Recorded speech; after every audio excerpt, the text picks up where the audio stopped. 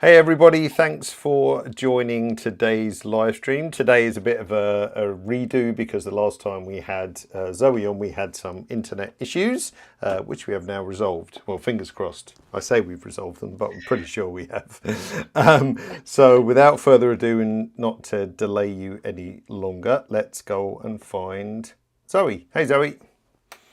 Hey David, how you doing? Pretty good, thanks. Pretty good. Thanks for joining us again today. As I just explained, and as you will shortly in a second, last time we did this, we had some slight internet errors. You are currently sitting in a van. If anybody wonders what the backdrop is, yeah, and and since last time you've gone satellite internet, and everything is working much better. But because we wanted to be 100% sure, Zoe actually pre-recorded what she wanted to talk about today, which we'll roll very shortly. But Zoe's going to stick around, so any questions you have, put them in the Q&A tab. So that's that one, which is going to show up there. And then that way, the questions will come straight through to me, Zoe, and also Helen, who's joined in on the chat as well. And then that way, one of us will get to answer it. So yeah, that's the plan for it today. Before I roll the VT, just so people know who you are, I'm sure everyone does know who you are. What we do is we drop all your links in the chat as well, so people can learn about you. But in 25 seconds, what's the Zoe Noble rundown? If you can give us the Oh, synopsis. pressure. Condense it. Yeah, my name is Zoe Noble. I'm a photographer. I have primarily been shooting commercial and beauty and still for about 12 years. Recently, though, I have focused my work more on portrait. After I began creating a portrait series on women who have chosen not to have children. And that has kind of grown into a global movement and community. And that's at the minute where I'm focusing my photography work. So I'm actually in a van photographing people for a book. And Nice. yeah. So currently I'm in Greece. There's a beautiful beach to my left. Oh, so jealous. And sorry. So that's where I'm at right now. Fantastic, very nice. So we've got links to all your various different sites. So we've also got your education site, your We Are Child Free that we were just talking about right now. There's you, and of course your photography site as well. So we'll drop all those links in the chat so people can follow you. Awesome. So, without further ado, I will shut up and then I'll roll Zoe's videotape, which is about 40 minutes long, something like that. And then, yeah, please ask questions as we go, and then we'll pop back on afterwards, and then we get to those. So, see you shortly. Thanks, Zoe. Hey everyone, thank you for joining today's recorded session all about AI masking and how I use this tool to color grade and correct skin tones. Now, I did try to do a live session with David a few weeks ago, but sadly, due to technical difficulties, we had to cut this short. So I will be in the comments at the end of this recorded session, so you can ask whatever you like. If you have any questions, I will be happy to answer them. I'm really excited to show you more about this tool because this has been a game changer for my editing workflow. I'm all about efficiency and speeding up the time that I take on my edits because I want to be out there shooting, not stuck behind a computer for hours and hours. And this AI tool, it allows me to quickly create masks, and that means I can quickly color correct and grade my images. So it really is a game changer, and I can't wait to show you more about it. So I'm going to try and do two images. This is the first image, and I'll show you the before. So we go up to the before tool. There is the before, and here is the after. And I have layers here, which you would think this is going to take a long time to do all of this masking. Previously, before this tool, it really would, but now this is going to speed up everything. And for me, color grading and color correcting, it's about creating harmony and creating a feeling and a look. So, you know, you can use color theory to create that harmony. And, you know, I'll show you 2 different kinds of color grades and color palettes that I'm using. And it really is the best way of targeting different areas is to mask them. Because if you're working on, you know, the whole image, you're going to end up with a bit of a muddy mess at the end. So targeting specific areas and colors really is going to give you that control. So let's get to it. Let's come to the before shot here. And the first thing that I'm always going to want to do is check things like exposure and get more detail out of this image. So in the exposure tool tab, I think I'm going to leave the exposure, but right now down here under her arm, it's way too dark. So in the high dynamic range tool, I want to lift up those shadows a lot. And you can see how much more detail you're getting in this image. And my goal really with my editing is to create a flatter image, which means bringing down the bright areas and lifting the really dark areas. So that way I have more details to play with and I can choose what kind of contrast I want to have later on in the image. So make sure you're getting as much detail out. I'm going to pull down this highlights slider because again I want to make sure the really bright areas are not clipping, I'm not losing detail. I can do that with the whites just a touch as well, and with the blacks I'm just going to lift them slightly because you can see there on her top that's what it's lifted up a lot.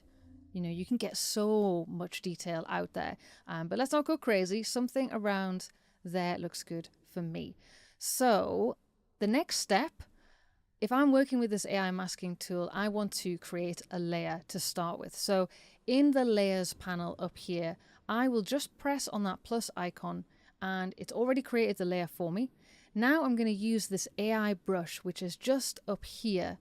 And when I start moving this cursor over my image, the AI tool is already working out where would this mask be. Would it be over the face? Would it be on the clothing or the lips?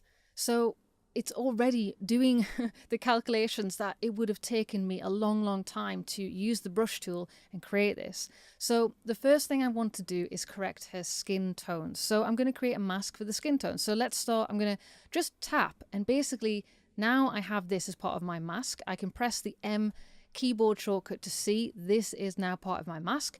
Let's leave that on actually so you can see what it's adding. And now I can just go around the image and select what areas I want to put in this mask. That's most of the skin there. And down here, I can see here it's a little bit not selected. So I'm going to, again, choose that area and choose that area. And already I have a mask there. I can just see actually her fingernail. And when you're looking at this view, it might look like it's not as perfect or it's a bit jagged or messy, but it really is doing a lot more calculations and you can refine this as well. So the main thing is just get that mask on there and then you can refine it, but it's already really intricate. I'm going to rename this layer as well just to make everything easy. So when I'm using lots of layers like this, it's always best to add those names so you make sure that you can stay organized.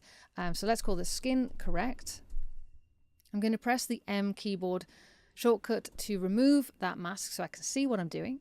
Now I'm going to come down to the color editor tool. So down here, and we already have a tab that says skin tone. And this is another life-saving tool. It is so much quicker than trying to do this manually.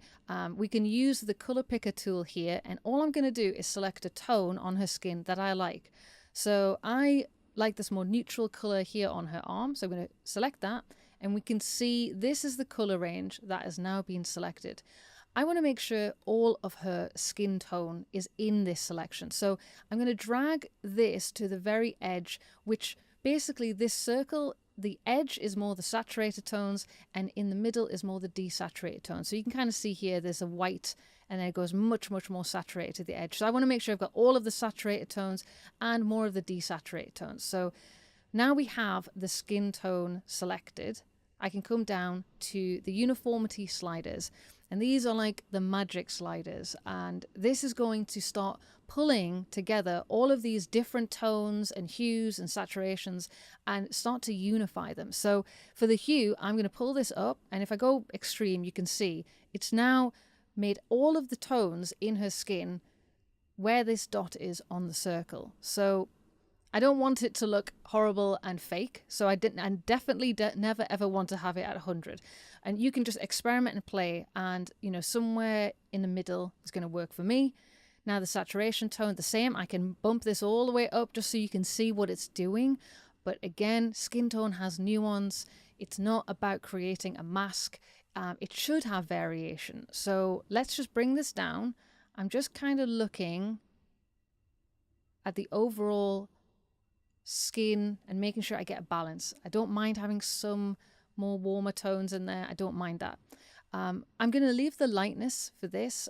Generally, I don't need to mess with the lightness for the skin, but I will use the lightness for many other kinds of images. And maybe on the hair, I'll show you how I would use it for that. Now, up here in the amount, we have more sliders, and this is going to allow you to change the overall hue. So I can make this the hue more into the yellow tones, or I can make it more into the red tones. Now, I already know that this image, I kind of want to make the feeling of this image analogous, which is where the colors are all next to each other on the color wheel. So that means I would have more, if her top is more warmer, I want her skin warmer, I want the background warmer, her hair warmer. You get the picture. So I'm going to keep the skin tones more in the more redder, the warmer tones. But I can tweak this later once I, you know, have everything else in place. With the saturation, I'm going to desaturate this just a touch. I don't want it to feel too intense. So just desaturating that. And again, we can play with the lightness. You know, you can see how using the slider, you can, you know, change the feeling of the skin as well. I think I'm going to lighten this a touch. We can kind of see here, down here as well, she has a bit of discoloration, as many of us do when it's cold. So lightening that just helps a little bit more with this color down here. So, you know, we can experiment with the lightness for that area. And that works for me. So once I have done the skin correction on her skin, I can still use the skin tone tool on different areas of the image. For example, her hair. I want to make sure her hair looks in balance with the skin tones. So I'm going to create another layer. I'm going to add that plus sign. Let's rename it hair. And again, choose the AI brush. And I'm just going to, go over the hair. Press once. Let's push the M key to show you, and it's already done it. Now, if I zoom in so you can see more closely, let's see how much of the detail has this got. So look around her hair here. I mean, it's done an amazing job. And that's what I mean. When you're zoomed out, it looks like it's more of a block. And then when you go closer in, look here over these tendrils coming out here. That is amazing to me, because me with a brush would really struggle with trying to select these finer these finer hairs. That's something that I would have to do something like that with channels in Photoshop, luminosity masks. So that's pretty amazing. What we also have is the ability to refine the mask. So down here you have this refine mask button, and if I move this out the way, we can see that if I increase this, is that doing anything? Let me just see. Let me just zoom out, because I'm sure it is doing something. Yes. If I'm too close, I can't see it. So here, if I go to the very end on 0, you can see it's harder. If I come up, it starts to soften around the edge, and you can start to see more of the mask here. So you can play, to your heart's content, what is going to work more for this image. So I'm going to go somewhere in the middle. I want it to be more, harder around these thinner lines on the edge of her hair, but I also want it to kind of start taking, coming more over the area on her forehead.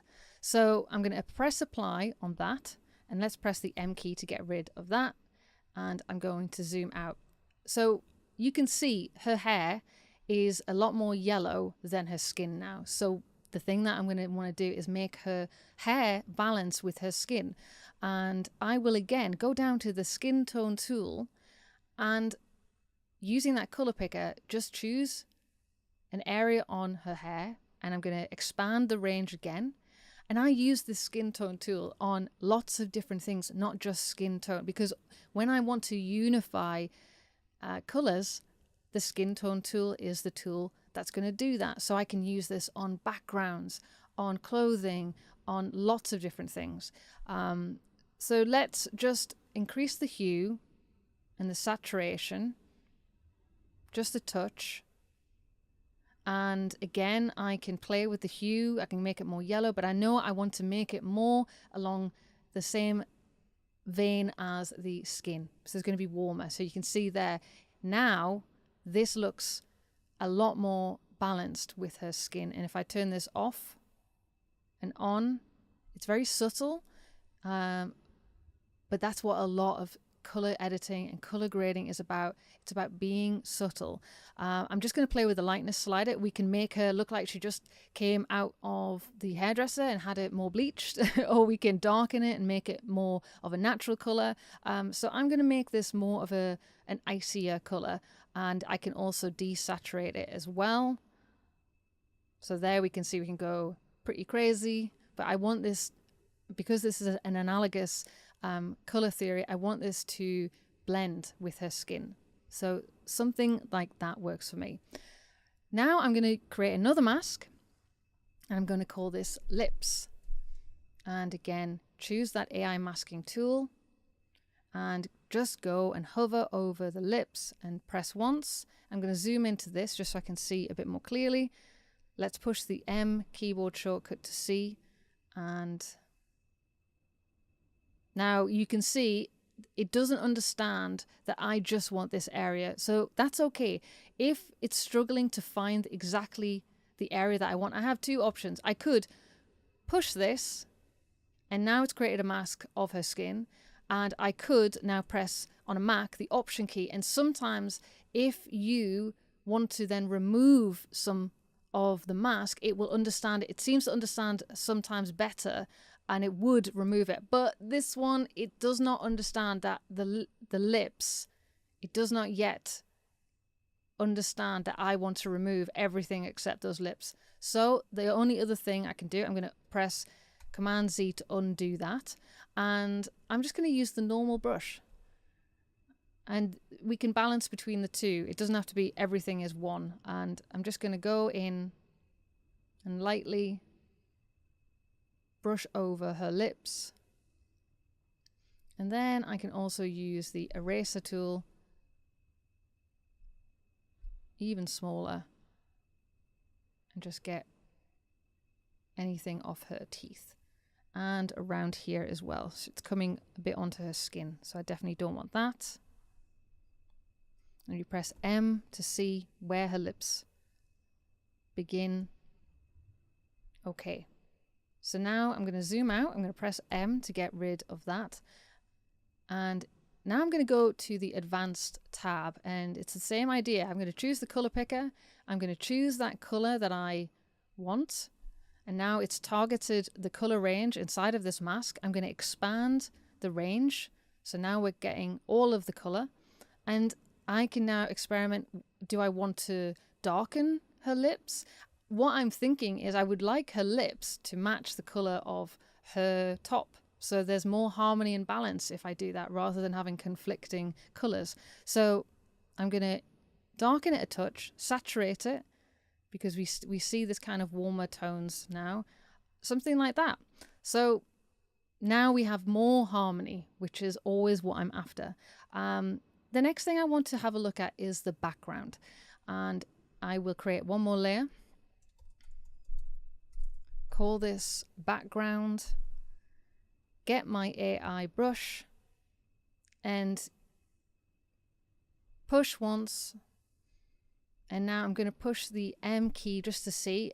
And so there's a better example.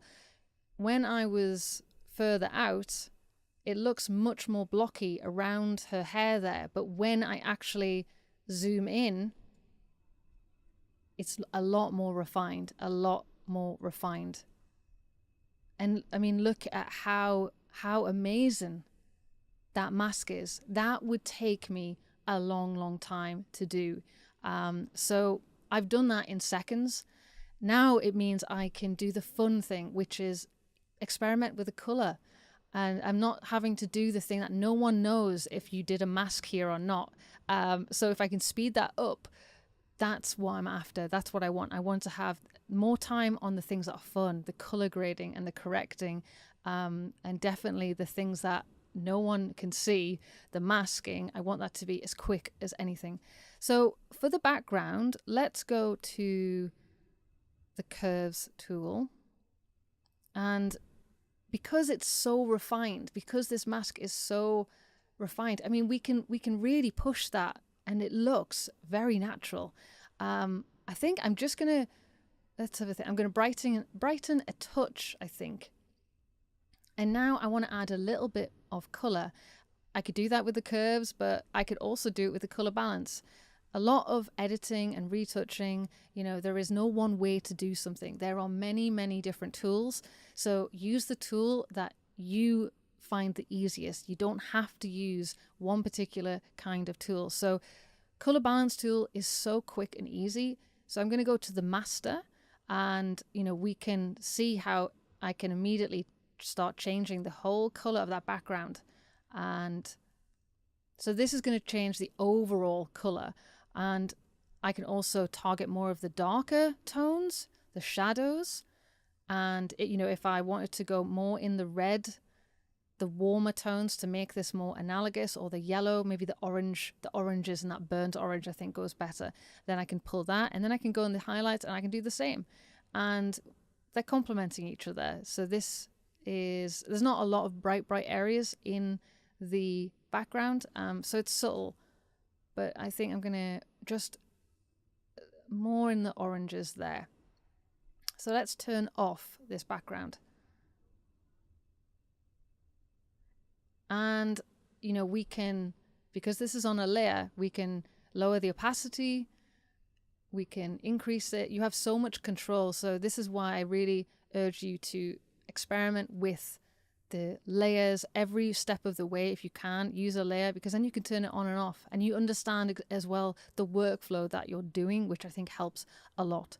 Now I think I'm just going to add an overall grade. Right now, I feel that this has now corrected the areas that I needed to correct. It's created more harmony and balance. So I would kind of call this more of the correcting. And now I can add a color grade. And I'm going to just push down on this plus tool to get a filled adjustment layer. And let's call this grade. And with the color balance tool, again, I could use curves, I could use color balance. Let's use the color balance tool. And I can now what I'm doing, I'm adding a more of a feeling to the image. The other parts that I was doing, it was targeting certain areas and correcting them and balancing them. Now I have the balance. Now I'm going to add a look or a feeling in the shadows, the midtones, and the highlights. So I'm just going to move this around. And, a lot of color grading is certainly it's color theory and learning about the color theory, the different kinds of color harmonies. But a lot of it for me is going with my gut and experimenting with this wheel. It doesn't have to be too formulaic. I know people can get very scared about color grading, but the more you do it, the better and the easier it gets. So don't be hard on yourself at the beginning. We all suck at the beginning, and it takes a long time. Color is probably the hardest thing to master, but there are certain things that you can do to simplify it. So right now I've simplified this process to harmonize everything, and now I'm just gonna see where do I want this image to go. Do I want it to be more in the oranges, the burnt oranges, the yellows, the warmer tones? Do I want it to be more in the magentas, the purples? Often there's no right or wrong. It's just a personal preference. So I mean, to be honest, I could do multiple color grades with this image. I could do more of the warmer tones, the oranges, and I could do more of the cooler tones. I'm going to go with more of the cooler tones for this one. So somewhere, let's see, let's get the shadows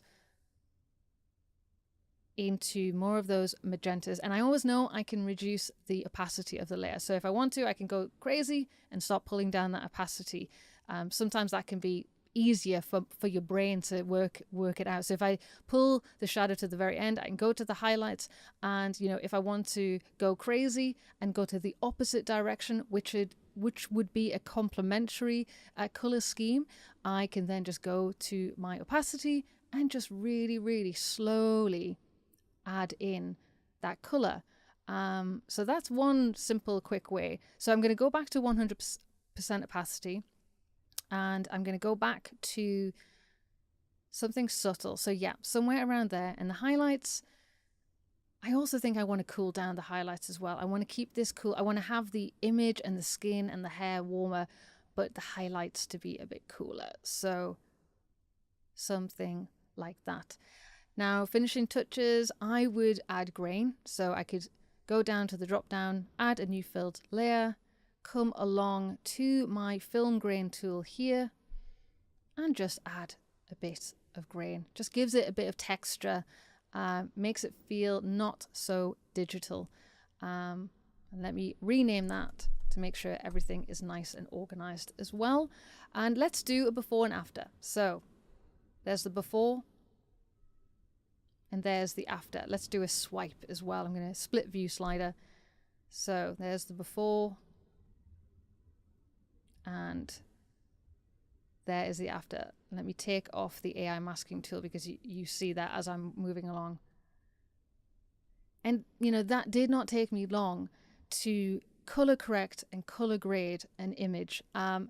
Now, I don't need to do as much intense retouching to this. Once the color is all done, the retouching, if I want to take this a step further, if I need to remove hairs or do more intensive compositing work, then I may have to take this into Photoshop, but it would take me so much less time now. Now I'm doing 95% of my work in Capture One, sometimes not even going into Photoshop. And if I can speed up my workflow and simplify it, then I'm a happy lady. So let's go on to the second image. So this is something that I'm going to try and achieve. It's more cooler and cooler in tones, and this has a triadic color harmony, which means there are 3 colors in this image. I have the red lips, the blue, which is in the background and her dress, and the yellow, which is in her skin tones and hair. So let's start. Let's go into the before, and again, I'm going to go up to my exposure tool and just make sure, have I got a good exposure here? I can look at the histogram as well. We can see a lot of the tones are in the darker end of the histogram down here. So I definitely know I want to, I'm going to raise the exposure a touch. I'm going to lift the shadows because definitely down in her dress, I need more detail. I'm going to reduce the brighter tones. And I think I'm going to lift up the brightness a touch, which is just the midtones. So again, I'm creating a flatter image. I can also go down to the curves. I can add some control points. I can add more of my contrast using the curves tool. So let's bring down the higher, brighter points in the image, and I can go and add a lot more contrast, but I'm always thinking about making this more subtle. So somewhere like somewhere like that. And giving her a bit more boost in the midtones as well. So actually I'm going to turn down, I'm going to take down the brightness a little bit just to make sure her skin isn't getting too bright here. And now, next thing I would do is I'm going to work on that skin correcting. So I'm going to add a new layer with a plus sign. I'm going to call this skin correct. Using the AI brush tool, I'm just going to go over and pressing. Yes, I want this. Let's push the M key to see what it's doing. And I'm going to push on the face. I'm going to zoom in a little bit and just pan across because I know I want the fingers here. I'm just thinking, you can see at the top it says preparing AI mask, so it's thinking, and make sure I get her fingers as well. And again, I can refine the mask. I can make it fit more closely to the edge, or I can soften it and feather it. So I'm going to go somewhere, let's see, somewhere there. I just want to make sure her fingers are in this. Yeah.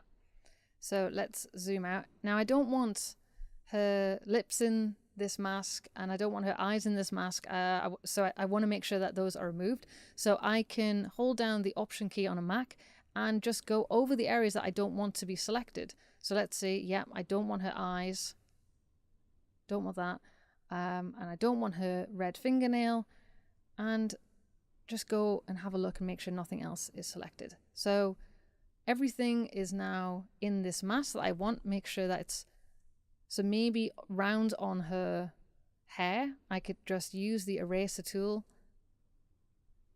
and just brush slightly over there to erase the bit where it's on her hair. And I'm going to push the M key now.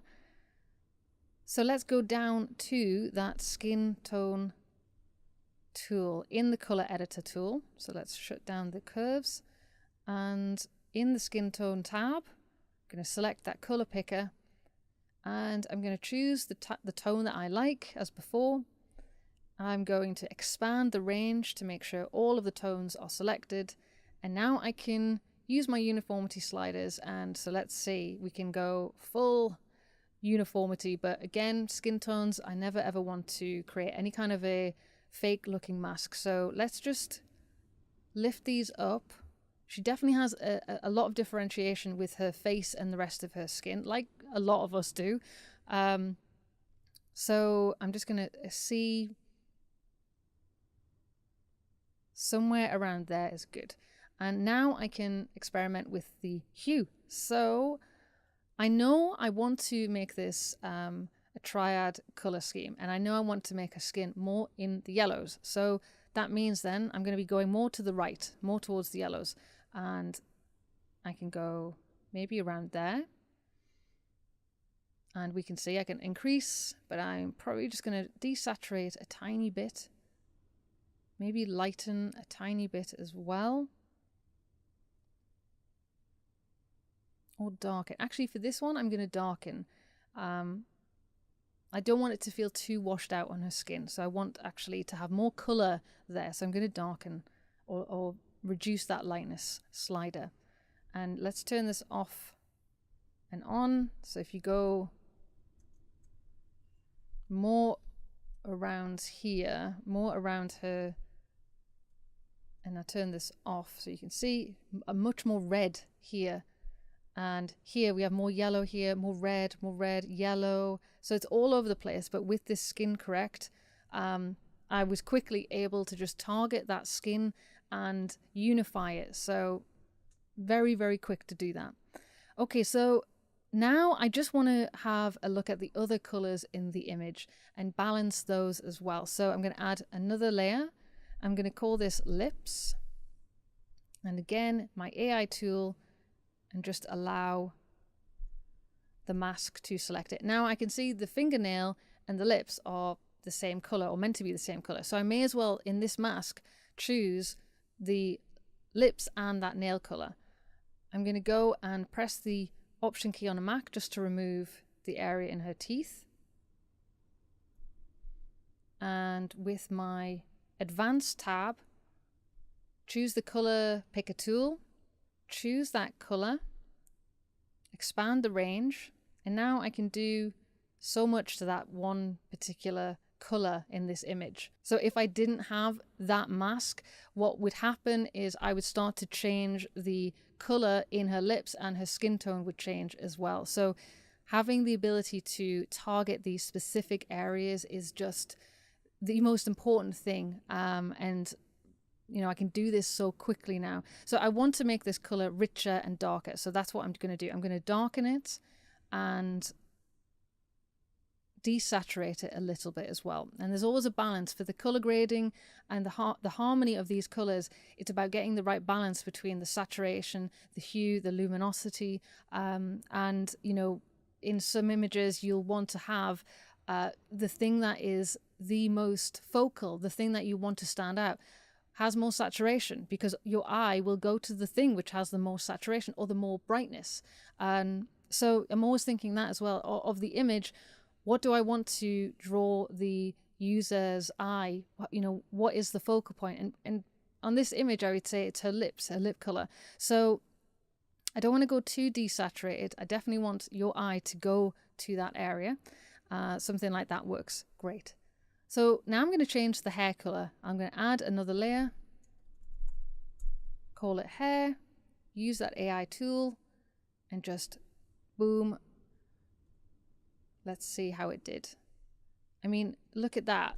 Round the forehead, you know, that is just around here. Incredible, incredible. So I'm going to make sure I get as much of the hair in as I can. And let's see, it does have the ease. So if I press the Option key on a Mac, I can make sure those aren't selected either. It's that good. It's that good. So let's turn that mask off. And again, I'm going to go to the skin tone tool because I know I want to unify the colors in her hair because I don't want it to be so distracting. I want there to be, you know, only one or two kinds of tones, and the skin tone tool is going to help me unify them. So I'm going to choose the color, expand it, come down to the uniformity sliders, and again I can just experiment. And now I can use the lightness tool. Like on her hair, I could, if I don't want it to have as much contrast, I can lift that lightness slider and it's going to really flatten all of the contrast there, because right now her hair, I mean, it's meant to have this kind of more wet look, but to me it kind of looks a bit too contrasty. So I can use the lightness slider to just soften everything, just lighten and soften. Somewhere around there looks good. And then with the hue, I can either make it more of the yellow tones or the warmer tones. I want this again to match her skin tone. I don't want it to be another color for her hair. So I'm going to be looking at her skin and making sure I get that matching. I'm going to desaturate and I'm going to lighten as well. So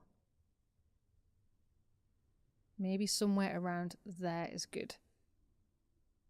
And if we turn that off and on, it's subtle, but all of these small subtle changes are what will bring your image together. They're what's going to harmonize the image. So you know, it may seem like it's not a lot, but when you add up all of these pieces together, that's what's going to balance your image. So I'm looking at her skin and I feel like it's maybe a bit too orange. So I'm going to go to the skin correct and I'm going to desaturate, and I'm going to go more to the yellow tones. Yes, because this will happen. I will do one layer with one of the colors and the other one, it will not quite work as well as I want it to. So I'm just going to keep going back across the layers and harmonize them, keep harmonizing them. Okay, so next let's look at the background. I'm going to add that layer, call this background, whoop, get my AI tool and let it do its magic. So let's have a look. Yeah, and I'm going to go through and just make sure it collects or it adds as much of the background in the image. Yeah. So quick, so quick. So for this, you know, we can see there's a lot of discoloration. Let me just get on the normal brush. There's a lot of discoloration down here. This is more warmer. This is cooler. So I think the first thing that I would do is target that color, this kind of yellow color, expand that range. It's this warmer color here, and I'm just going to desaturate it. I just want to make sure that's, oh, in fact, even better, I have a much better idea, because this is exactly what I would use the skin tone tool for the background. I want the background to be pretty much one color. I don't want it to have lots of variation on this particular image. So I'm going to select, I want it to be more of the gray tones, or this is more in these magenta tones. And I'm just going to also make sure this range includes those yellow and warmer tones. So now it's got these tones up here, and it's got these yellowy, more green tones down here. And I'm just going to slide that all the way over. And we can also do the lightness. So now here we have quite a lot of different luminosity. We've got darker here, a bit lighter, a bit lighter. So if I just move that lightness slider, now it's going to unify those tones. So you can see it's kind of added on. It's more in the magenta tone. So I'm going to desaturate this, so we just have a really neutral base. Next, I'm going to look at the curves, and another thing that I can do is, you know, I can lift all of those darker shadow areas out. So now we have a much more consistent color in the background. And, you know, because I don't have, you know, the mask is so refined along that edge, it's, you know, I can go pretty crazy on here. I can go, oh, let me undo that. You know, I can change a lot of that background. Obviously, I'm paying attention to the hair, and I don't want to go too far that we start to see the darker colors behind her hair. But I think somewhere around here is a good contrast between, I'm looking at the darker dress and I want that dress to pop. I want to have the contrast between the background and her dress. So that's why I'm going to make this background brighter. And now I can go to the color balance tool if I want to change the overall hue of that background. I've got the master tool, so I can make it go cooler, make it go more in the warmer tones. So I'm just going to cool it down just a tiny bit. I still want it to feel grey and neutral, but I know that I want it to have this triad color harmony with the cooler tones and the warmer yellow skin and the red. So that's enough for me. Now I just want to make sure that everything is kind of pulled together. So I'm going to add one more filled layer. I'm going to call this grade and go to the color balance tool, and here's where I can add more of that feeling across all of the image. Now I have everything harmonized and balanced. Now I can do my color grade to give an overall feeling. So we can either do more of the coolers in the shadow, or we can more warm up.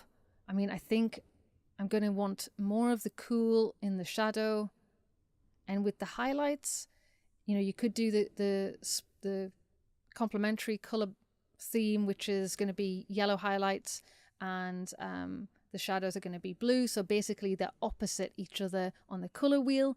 So I think something like that works, because then you are making the skin more in the warmer tones, and that to me works better.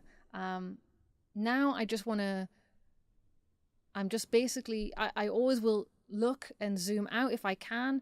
I will walk away, I will come back, because I can't do that right now. I think I'm happy with that. I just want to, the only thing that I'm not sure about now is on her shoulder here, this is catching the light. It's a lot brighter, and I would really like to pull down this area here. So I'm going to create one more layer, and I'm just going to call this bright, and get the AI tool. I know it's going to easily select that arm, so I'm going to push the M key to get rid. And then I'm just going to erase where I don't want it. So I know what I want here. And then I'm just going to go and leave her arm free of that mask. Now push the M key, and I'm going to go to the brightness slider, which is going to control the midtones, so I can just reduce that down. So now my eye is not being drawn to that area. If I turn that on, you can kind of see it just draws your eye, and that's what I was talking about with, you know, the hue and balancing the hue, the luminosity, the saturation. You have to balance these things and think, where is my eye being drawn to? And if it's being drawn to a random part of the body, that's not good. So that's why I want to balance that and pull that back. So let's do the before and after. So there is the before, and there is the after. So I hope that gives you a really good overview of just how incredible that AI masking tool is. I mean, this is a game changer for speeding up your workflow and allowing you to target different areas so that you can easily balance them and harmonize them. And that's really all color is about, is creating that harmony. You have tools like Adobe Color, where you can choose here the color harmony that you want. So this is the triad color harmony that I was using. And we can see here we have the yellow tones, the red tones, and the blue tones. And really that's as easy as it gets. You can choose in the color harmony. Here's the analogous. So here's where I was going more in the oranges and the reds. And you can have this alongside your image. And all you're doing is analyzing the image and trying to understand, okay, how can I make these colors more fit in with my color harmony? I use the color wheel from Adobe. I also use this Paletton.com website where you can again choose the different pointers. You can choose the different harmonies up here, and you're able to select and move the saturation. And then you can just create a screenshot of this color swatch and bring that into Capture One. And from here, you're able to look side by side and go, okay, the top needs to be more in this color. The hair needs to be more in this color. And that's, if you're just starting out, do that. Use these tools as a guide, and it will help you so much. There we go. We're back. So thanks for everyone's interaction and questions. There's a lot, so I don't know if we get through all of them, Zoe, but we do our best. Okay. So Let's do I think there was a couple of general ones about copy pasting that's worth mentioning.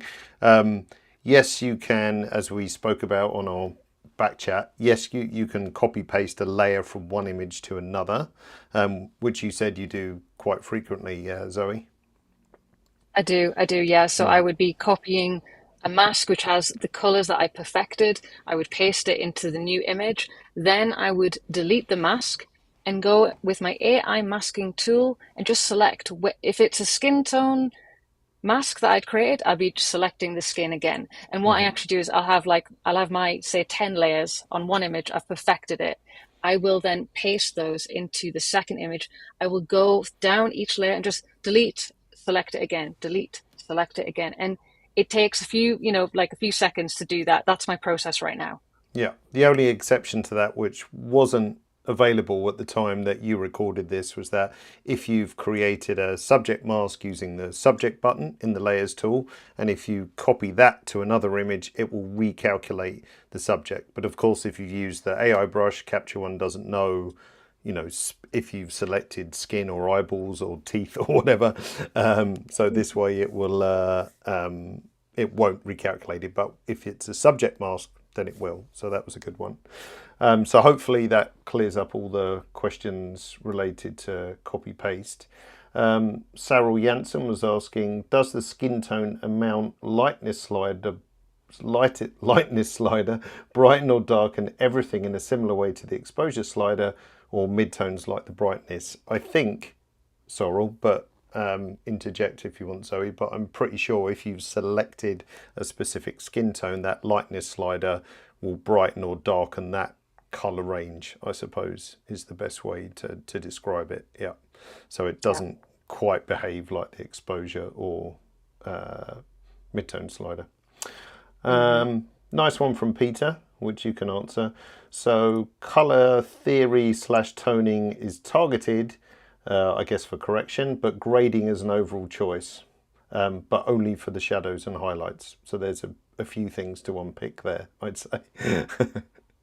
Yeah. So I mean, I look at the color correcting as looking at which parts of the image need to be corrected, and that would be color of the skin, color of the hair, and really you can, when you've done that color correcting, you could stop. To be honest, that you could technically still call that an overall grade when you're done, because all you've done is harmonize the images to harmonize the colors to balance. And that really, a color grade is about giving the feeling and the look, and you can achieve that with color correcting or color grading. It's my personal choice to then add on a color grade as an overall wash of color, an overall tone, and that gives it that, it kind of gives it that boost in that direction you wanted, whether that was, I want this to feel a bit warmer or a bit cooler.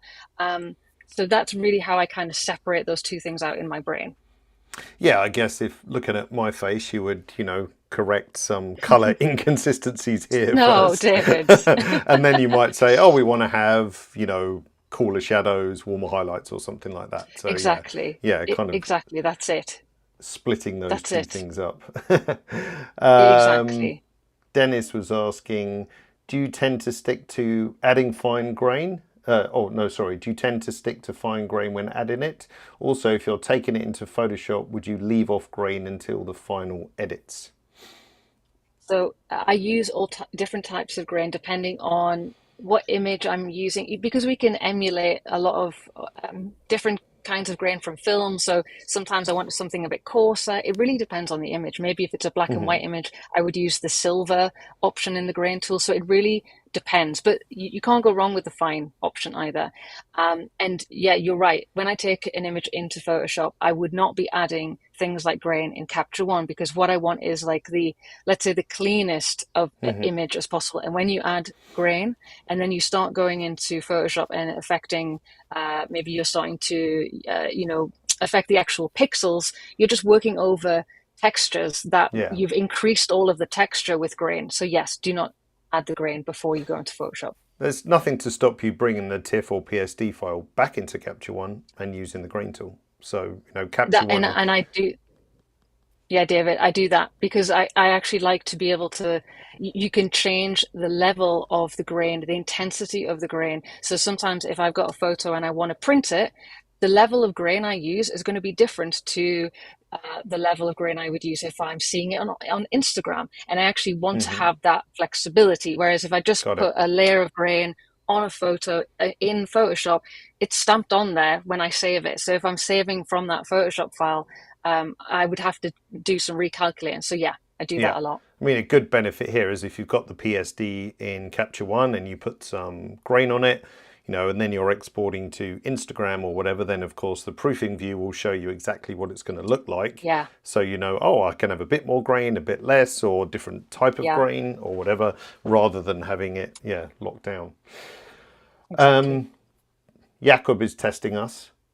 We spoke about this just on the back chat. Can I make the skin correction in a separate layer part of a smart style? If you don't know what a smart style is, that's a component which will automatically adjust white balance and exposure based on a skin reference. If you've never heard of it, look up the Smart Adjustments tutorial because it's super cool. And you can save that component into a style. But there's nothing to stop you also having a layer as part of a style, which you can do now. We added that actually not so long ago. So layers in style, the layer must be a filled layer or an empty layer.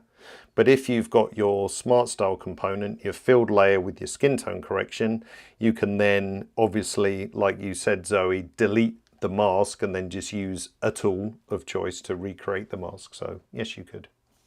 So hope that makes sense. Let's see. Hey Zoe, this is from Yasmin. I've been having a problem with making eyes whiter, especially my models where black models and the contrast was quite strong to the skin. Is that a common thing to do to whiten eyes regularly? No, I mean, what I would say, Yasmin, is be very careful where you're affecting areas that generally have a lot of shadow. When you actually look at an eyeball, it's curved, and that means it actually has shadows around it. And when you whiten something like that, it actually can start to make an image look unreal. So I don't do things like that just because I think when you correct your exposure, when you play with the high dynamic tool and you lift your shadows, you are doing enough to the overall brightness in that way. And when you start to target something like the eye brightness, you're separating it out from what could look like a very natural photo. That's what I would say. But obviously the AI masking tool can easily allow you to create masks of those areas. If you want to target any area, just get that AI masking tool and you'll be able to create those very intricate masks to target it. Definitely. but maybe don't. Yeah, it's always tricky. It's a fine balance, isn't it, between brightening up someone who's maybe had a bad night's sleep or something like that to going completely crazy, and then it can look a little bit unnatural. So it's And yeah, like when you do things like that, just always give yourself a little break, come back the next day, look at the photo again. And if you see the eyes are brighter, then you know that it's pulling your eye towards it. And generally, if you're looking at it, noticing it, then I would say you've gone too far. Yeah. Question from John. How are we doing for time? Good, 2 minutes.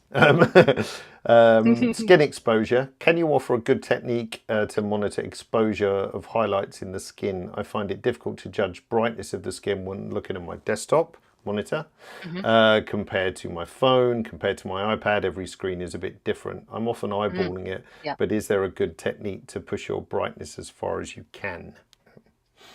The histogram. I mean, Capture One has the histogram tool, and if you can't, judge that level by eye, then when you look at the histogram, you're going to see are the very bright areas clipping, and that means that they would be pushing to the very, very edge of the right of that histogram. So you just never want anything to be clipping either side. So I would say, there must be tutorials, David, right, on how to use the histogram for Capture One.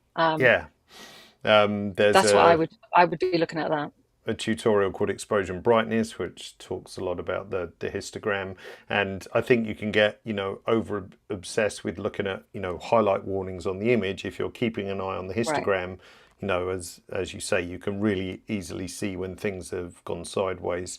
Obviously, a big specular highlight like Chrome or the sun or something like that might give you an anomaly spike or whatever. But generally, you'll get really good at reading a histogram without getting too involved in numbers and mathematics and so on. Yeah, absolutely. Go where you go. Let's see. When do you decide? I'm shortening this question because I know we're slow on time. When do you decide whether or not to go to Photoshop? I'd love to stay and Capture One whenever possible. That was Peter asking that. Yeah. So I will try and do as much as possible in Capture One. So the color correcting, absolutely. If it's for me, photos that I am working on for myself, I can color grade. I would do as much of the color as possible in Capture One. And the only time I would then need to go into Photoshop is for something that was more intensive, maybe compositing, maybe really intricate hair and replacing pixels and textures, things like that. But really Capture One can allow me to get 95% of the way. And it's only if I can't do something in Capture One, then I'm going to go into Photoshop. So, really that's it. But my workflow is reducing down and down with using Photoshop. I'm really trying to use, especially for portrait work, I can do most of my portraits are all in Capture One. It's very, very rare that I would take it into Photoshop, unless I wanted to composite something or remove something. But really, we've got those tools in Capture One as well. So it would have to be like, I really can't do this. Yeah, yeah. And I have to go into Like a Photoshop. lot of your portrait work is very authentic as well. So you're not doing a bunch of, it's not like beauty retouching where you're doing heavy retouching. It's a lot more authentic. So, I mean, Yeah. Capture One being a lot more powerful than it is today than it was 5 years ago, 3 years ago. Yes. There's becoming less of a need, I guess, to then move into Photoshop. And I think people do it often out of habit because they know Photoshop better than Capture One. Right. But they're not actually gaining anything. You're actually spending more time moving to a different application, whether it's Photoshop, Affinity, than actually trying to stick into Capture One. Obviously, when it comes to composite work, heavy retouching, beauty workflows, yes, totally need Photoshop. Sadly, yes. All right. Last question, I think, so I know you've got to run to another meeting, so we won't keep you much longer. So there was a question from AM. They had a recent shoot with a friend who has very light skin, and it was quite cold, leading to some sensitive red areas, which is always the case. Like in cold photo studios, everyone gets red hands, cold legs. There's always a difference. What would your workflow be to remove the redness? Would the uniformity slider be enough? Yeah, generally. I mean, they'd have to have really intense red hands for it to not work. And remember, you can also use multiple layers. So I would create a layer. I would use the AI masking, create that layer. I would use the skin tone tool, select the color that I like in the skin, remove the red. And then if you don't want it to be too fake, but if you're trying to remove such a massive color, then you can create another layer of it and do it again. Otherwise, you've got that layer. You can do things like use the curves to also target that red, but really, it's very, very rare. They'd have to have really intense red skin for it to not pull out. But yeah, that tool is really incredible. Yeah, the uniformity slider really is enough because, just remembering the tool, you're picking a target skin tone. So if there's a nice skin tone here and it's, they're super cold here or whatever, when you pick your target skin tone, as long as the bad bit is in that range on the skin tone tool, then it will correct it, no problem. So it has a pretty impressive range to it. So there we go. Well, thanks, Zoe, as we've hit the end of our time. What I'll do is, for everyone watching, in the follow-up email, and we'll also edit the YouTube entry, we'll put in Zoe's links, we'll put in links to there was a couple of questions about Paletto and Adobe Colors, so we'll drop some links for that as well. So if you just bear with us for 24 hours to sort that out, and then how to find Zoe on Instagram and everywhere else, we put that too. So so thanks for joining us today, Zoe, and the internet held together, which is nice. Yay. Yep, thank God for So satellites. nice. It's pretty impressive. Yeah. Yeah, I'm so glad. Yeah, thanks everyone for joining. Awesome questions. Pleasure. Yeah, thanks everybody, and sorry we couldn't get to all of them, but that's always the case. There was rather a lot of you. So thanks again, Zoe. Enjoy the rest of your day in sunny Greece, and we'll catch up with you again soon. Cheers. Yeah, thanks, Bye. David. Bye now. Bye. Cool, nice one. Thank you. Right, sorry. Got a call.